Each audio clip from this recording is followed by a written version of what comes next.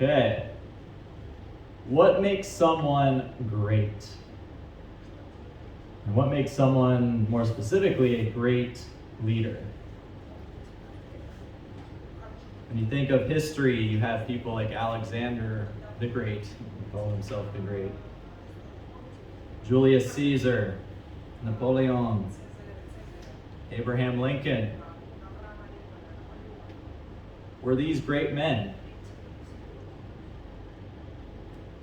What defines what a great man is, a great person? There's actually a theory out there called the great man theory. Great man theory. And it was developed in the 1800s by a... Did I already lose you? It's developed by a man named Thomas Carlyle in the 1800s. And basically his theory, the great man theory, said great men are actually born that way.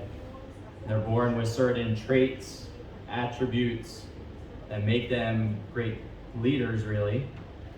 And they simply had opportunity to use those God-given, those born skills to become great men. And then the theory goes on to say a lot of what shaped history was how these great men affected certain events in history. So we have this idea out there of wanting to be great. Many people desire to be great.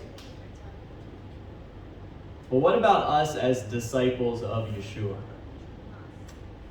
Should we desire to be great? And what does greatness even mean as a believer? So we're going to look at that today. And as we continue in Luke 22, last week we looked at the Lord's Supper. It was Yeshua having that last Passover meal with his disciples. And he instituted the Lord's Supper. And as that supper was coming to an end, as the Passover meal was coming to an end, the disciples got into an argument.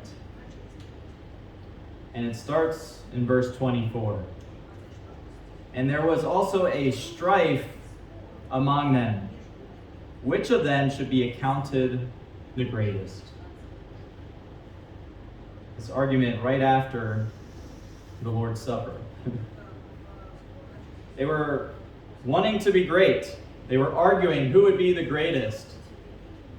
Specifically, they were thinking forward to the kingdom, and the Jewish idea was that in the kingdom there would be ranks of people.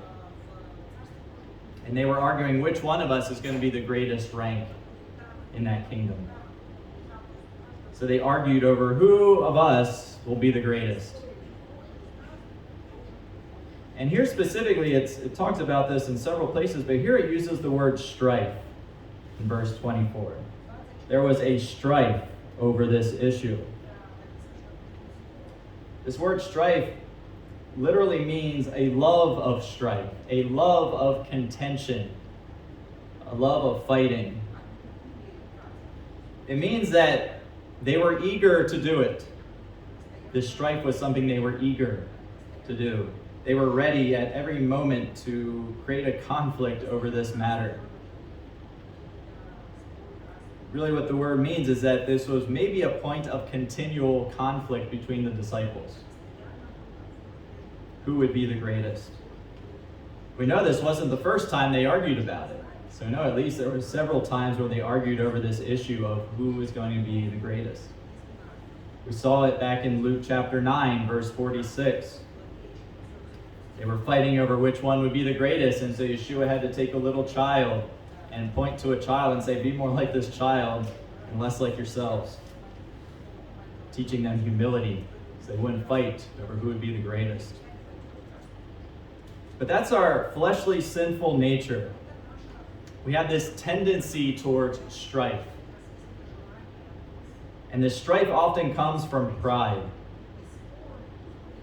People are proud. People focus on their social status. They seek a high status. They seek greatness. And this desire to be greater than the next person has caused a lot of strife throughout history. strife is often the result of one person desiring to be greater than another person. We see this from the beginning of mankind. Even before mankind, we see it already with Satan in heaven. What did Satan want? What did Lucifer want in Isaiah 14? We see that he wanted to ascend. He wanted to go up to be like the Most High. He wanted to be as great as God himself. Then in the Garden of Eden, Satan wasn't satisfied. He goes to Eve, tries to tempt her with this promise of her being great as well. Because what did he tempt her with? In Genesis 3, verse 5, he said, "You eat of this tree and you will be as gods, knowing good and evil." You will be as great as God if you do this. The temptation was to be as great as God. Adam and Eve, their next generation, they had children. And we get to Genesis 4. And we have Cain and Abel. And Cain was angry because God viewed Abel, his brother, and somewhat as greater than him. They brought different sacrifices. One was accepted, one was rejected. And in that sense, one was viewed as greater by God than the other. And Cain, rather than doing the right thing, he got angry and jealous. In his strife, he killed his brother over the issue. Then the flood came. And we look at the flood and we think, as we read through Genesis, we think maybe that could reset humanity in the ways of humanity. It's getting so bad, everyone's wiped out. But then as humanity starts again, the same tendencies come back. They still desire to be great. And it didn't take long before this desire for greatness took hold. As we get to Genesis 11, not long after the flood, we get the Tower of Babel. And what does it say in Genesis 11, verse 4? What was their desire? And they said, "Go to, let us build a city and a tower whose top may reach unto heaven." Why did they build this tower? "And let us make us a name, lest we be scattered abroad upon the face of the whole earth." Let us make us a name. Naseh lanu Shem. They wanted to make a name for themselves. They wanted to have this great accomplishment so that others would look at them throughout history and say, these were great people. And that's really what this world wants. It's what the people of this world want. They want that high status. They want to be viewed as great men and women. Because when you're viewed as great, people honor you. They want people to look at them and say, this is a great man, this is a great woman. He's so much greater than I am. He's accomplished so much more. He's receiving so much more honor and glory. And it causes others to be like them. We want to have that high status. We want to feel important. We want people to look at us and say, wow, that is a great person. It's a desire, and it's a worldly desire that started from the beginning of creation. And often this desire focuses on bringing glory to us and not where it should be going, to God. And this worldly desire of wanting to be great extended even to the 12 disciples of Yeshua. That's what we see here in Luke 22. Their desire in verse 24, "And there was a strife among them, which of them should be accounted the greatest." And as he goes on to verse 25, Yeshua describes this worldly desire for greatness. Verse 25 of Luke 22 says, "And he said unto them, the kings of the Gentiles exercise lordship over them, and they that exercise authority upon them are called benefactors." So here when he uses the word Gentiles here in this sense, In the Jewish mind, the Gentiles represented the world. The Jews were God's people, Gentiles were people of the world. And Jews were to be separated. They were living according to God's law, and they saw Gentiles as living godless lives. So in verse 25, Yeshua is explaining about who is great in the world they lived in that current system. Talked about the Gentiles have kings. Gentile nations have kings. And these kings were viewed as the great people in that kingdom. Again, the disciples were arguing over who would be the greatest in the kingdom to come. So Yeshua says, now in the current kingdom, let me tell you what the greatest people are like. People that you view as the greatest. These kings, these great men, are those that exercise, it says they exercise lordship over the Gentiles. They had authority over the people, and we say that they lorded it over them. They acted as lords in charge over the people. But it also says they're called benefactors. What is a benefactor? The word means one who does good deeds. That's a benefactor. And so the kings of those Gentile nations wanted to be known as people that did good deeds for their people. However, in reality, that was rarely true. Most kings ended up being uncaring dictators. And it's possible when Yeshua says they're called benefactors, he's actually saying they're calling themselves benefactors. Meaning they aren't really benefactors. They just want people to think of them as benefactors. Think of them as people that are actually looking out for their good. These kings wanted to give the impression that they were doing really good things for their people. But really, any apparent good they did was really just to benefit themselves. They did do something good, it usually came at a price. Nothing was just done out of the goodness of his heart. If he did something good, it meant he's received some sort of personal benefit to himself. So the disciples were fighting over who should be the greatest. So Yeshua explained that their attitude was just like the attitude of the world. Just like the attitude of the Gentiles, that they looked down on even. It was a worldly attitude. It's an attitude that says, I want to be viewed as great. I want to exercise lordship over other people. And I want to be viewed as a good person, as a benefactor, as I do all that. He wants it all.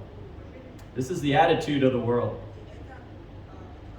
This is their desire to be great. Then Yeshua says in verse 26, but you shall not be so. This is how the world behaves, but you guys should not be like this. It's like Yeshua was saying to his disciples, you want to be great? You're arguing over who is the greatest? And stop acting like the world. Stop acting like the Gentiles that are outside of what they viewed as God's people. Act differently than the world, then I will view you as great. Have a different attitude than the world. That's what the Lord has called us to be. To have a different attitude in all aspects of our lives. Romans 12:2, verse we all know. Romans 12:2.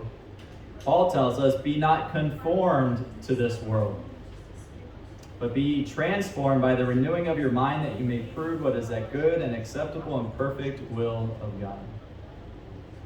Be not conformed to this world, he says. The world has this model, this mold that it wants people to fit into. People willingly fit themselves into a mold.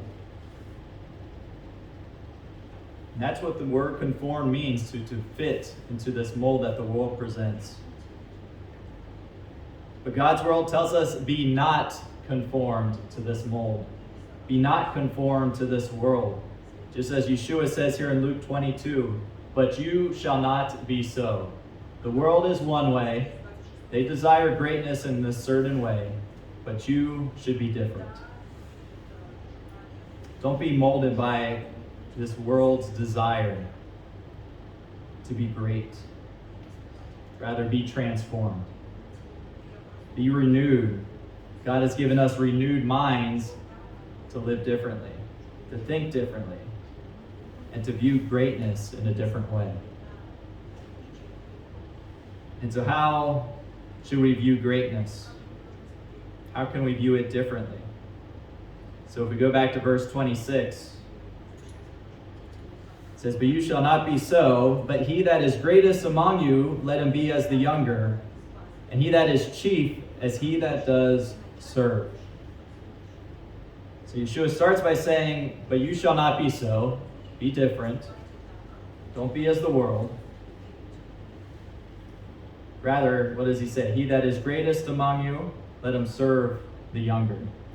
Let him be as the younger. And he that is chief as he that does serve. In these statements, Yeshua is telling his disciples to behave differently than the world. He was calling for a complete role reversal. Instead of the younger serving the older was to serve the younger.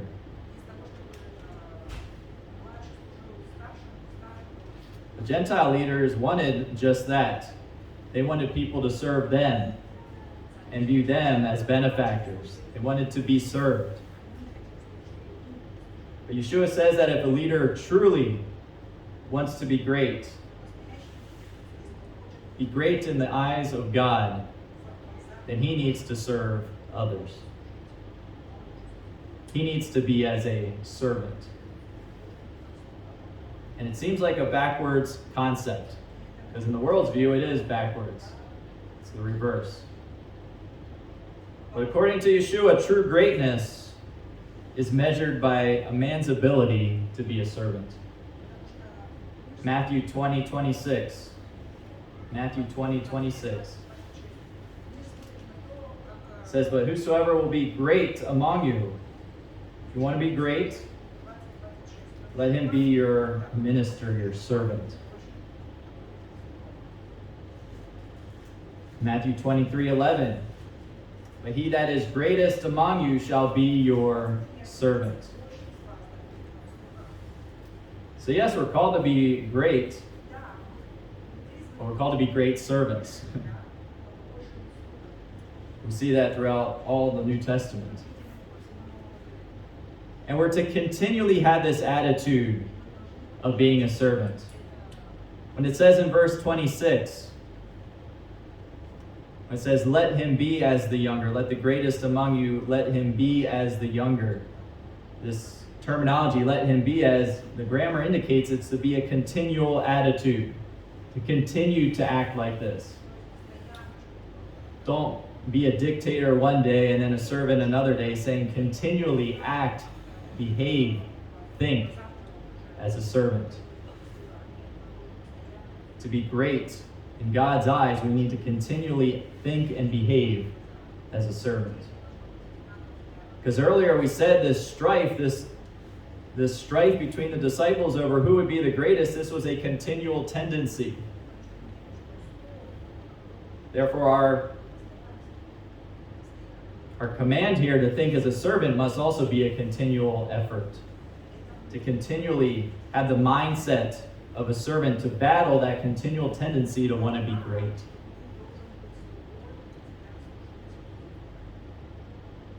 We need to subdue that natural tendency to want to just be better than other people, to be greater than other people, and have this continual attitude of service.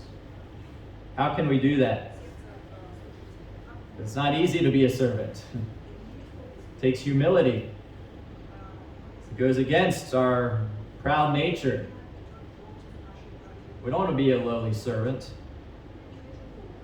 We want to be great leaders.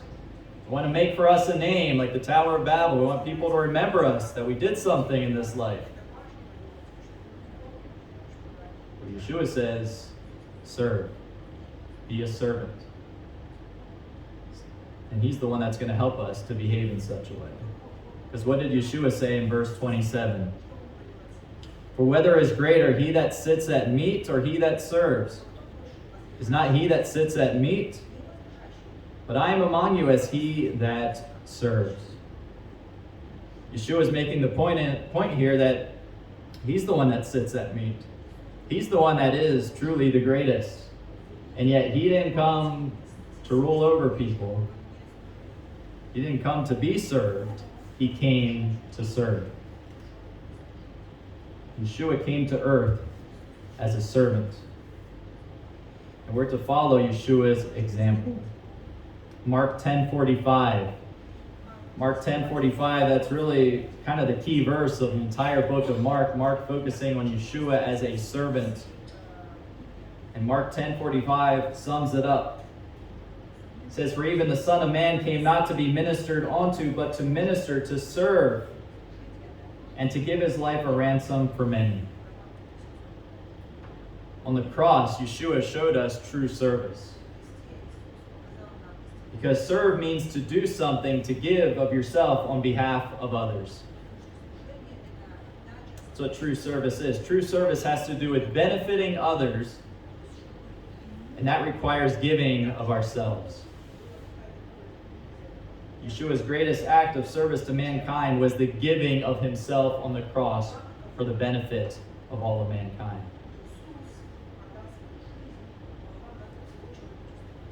So we can look at the cross and see many things, including the servanthood of Yeshua. Being a servant of the Lord demands that we give of ourselves in order to benefit others. And like I said, it does require humility. It requires us to think less about ourselves and more about others. I like what C.S. Lewis said. He said, humility is not thinking less of yourself, but thinking of yourself less. Humility is not thinking less of yourself, but thinking of yourself less. Thinking about others. Thinking about other people. You want to be great? You want to be truly great? Then become a servant of God. Serve God. And that requires being willing to give of yourself for the benefit of others and to do it with an attitude of humility. Again, Yeshua's disciples were arguing. There was a strife. Which of them should be accounted the greatest? So, he told them to serve. You want to be great? Serve as I serve. Then Yeshua did something incredible. Yeshua, God in the flesh, God the Son, who already humiliated himself just by coming in the flesh, he was now ready to do something else humiliating. And it's at this point in the text that I believe we go to John 13. Turn with me to John 13. They're finishing the meal. They're arguing over who's going to be the greatest. Yeshua tells them, if you want to be the greatest, serve as I serve you. And then what does he do? He stoops down and he washes his disciples' feet. John 13, verses 2-5. And supper being ended, the devil having now put into the heart of Judas Iscariot, Simon's son, to betray him. Jesus, knowing that the Father had given all things into his hands, and that he was come from God and went to God, knowing all these things, knowing he is God, and sent from the Father, going back to the Father, yet he rises from supper, and laid aside his garments, and took a towel, and girded himself, which in itself is a symbol to serve, to gird oneself. And after that, he poured water into a basin, and began to wash the disciples' feet and to wipe them with the towel wherewith he was girded. This was humiliating. I don't know if you've ever washed somebody's feet. I haven't. But this is a humiliating thing even just to consider. Consider even if it's just a teacher washing a student's feet. But this is the Lord himself stooping down, bending down, washing dirt off his disciples' feet. It was a powerful way to demonstrate that he truly came to serve. This is our example. Again, Yeshua is our example about what it is to be a servant. And so that's what he says in verses 13 to 15. This is an example I'm giving to you. You call me Master and Lord, and you say, well, for so I am. If I'm your Lord and Master, and I've washed your feet, you also ought to wash one another's feet. For I have given you an example that you should do as I have done to you. Yeshua is an example to us of true service, to truly be a servant. And some churches have taken this command literally. Okay, my aunt is from a Brethren church, and I think once a year they literally wash each other's feet. Okay? Truly, probably not such a bad practice. What better lesson in humility than to get down and wash someone's bunions? Truly humbling experience. I'm not suggesting we do that here at NBT, once we take a vote on it and we say yes. But the point is, he's teaching us the need for humility in service, not letting pride getting in the way from us wanting to serve other people. As believers, we need this spirit of humble service. And again, it requires us to think more about others than ourselves. And if our Lord and Savior was willing to stoop down and wash his disciples' feet, how much more should we be willing to stoop down to serve one another in humility? Are we willing to wash somebody's feet? You want to be truly great, Yeshua says, and become a servant of God? Be willing to wash someone's feet. As we go back to Luke 22, herein lies the real tragedy of this argument, this strife they had. Because they had a real opportunity to serve Yeshua in a unique way. But they were so focused on themselves. They were arguing over which one of them would be the greatest. Meanwhile, Yeshua had a need as he was there. Keep in mind, Yeshua had just announced that one of the 12 disciples would betray him. And this grieved Yeshua, both because he knew his crucifixion was coming due to this betrayal, and soon we'll look at that, and Yeshua's grief as he was there in the Garden of Gethsemane. We'll see that great burden that was upon him. And he was grieved for Judas' sake as well, because he knew that Judas would be judged for his betrayal. So again, Yeshua is God, we know that. But he was also human. A sinless human, but a human nonetheless. And in the human nature, Yeshua experienced the same things that we experience. Being betrayed by a close friend that he'd been teaching and discipling for 3 years. And knowing he was going to die a horrible death for the sins of mankind. That couldn't have been an easy thing to deal with, humanly speaking. But what did the disciples do for Yeshua as all these things grieved him? When Yeshua said that one of them would betray him, their immediate response was, "Is it I?" Verse 23, it says, they began to inquire among themselves which of them it was that should do this thing. And John tells us each said, we're asking, is it me? Which isn't such a bad response. It seems like a logical response. But it ignores the need of Yeshua as the one who is going to be betrayed. They did nothing to serve him through encouragement. And this is what emphasizes really the ugliness of their strife over who would be the greatest. The disciples immediately went from thinking, am I the worst disciple of Yeshua? To maybe I'm actually going to be the greatest disciple of Yeshua. How quickly, it's amazing how quickly the thinking of someone can go from I'm the worst to I'm the greatest. How quickly the human nature comes where we maybe are in a position of humility and we think I am the worst, I am lowly. And then all of a sudden pride sneaks in and we say, wait a minute, no, I'm actually the greatest. I'm not such a bad person, I'm actually quite a good and special person. Points out our selfish nature. Yeshua was grieving. He could have used some encouragement. Could have used someone to serve him in a special way at that time. Instead, his disciples were arguing over who would be the greatest in the kingdom.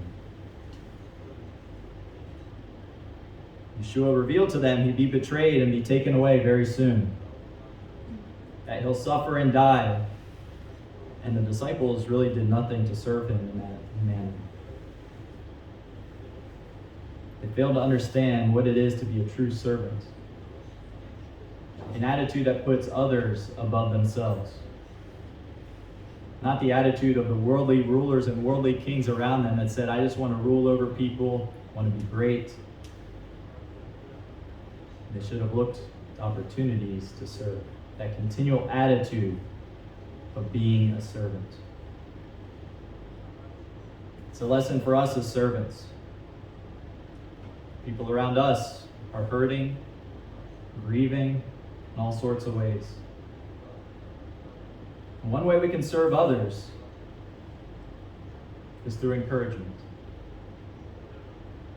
Encouraging them. However, in order to do that, in order to encourage someone who is grieving, we need to be aware that they have this need. And often we aren't even aware of those needs, not necessarily because someone hasn't revealed it, but because we become so self-focused that makes us blind to the needs of the people around us. Again, the idea of wanting to be great is all about thinking about ourselves. What can I do to be greater? What can I do to get more recognition? That attitude focuses on us, focuses less on God, and focuses less on the people around us. We become blind to opportunities to serve others. We can help those in need by encouraging them and helping them. Remember, in order to serve as Yeshua served, we need to think out of ourselves. We need to give of ourselves for the benefit of someone else. As we bring this to a close, let's look at verses 28 to 30. It says, You are they which have continued with me in my temptations, and I appoint you a kingdom, as my Father hath appointed unto me, that you may eat and drink at my table in my kingdom, and sit on thrones judging the 12 tribes of Israel. So despite this maybe failure of the disciples to serve Yeshua in his time of need, overall what he says here is that you have continued with me. Continued with him in his temptations. This is a good reminder for us. We may fail in moments, we may miss an opportunity to serve. But overall, are we looking to continue with Yeshua? To get back on the right path, to get back to that right attitude as a servant?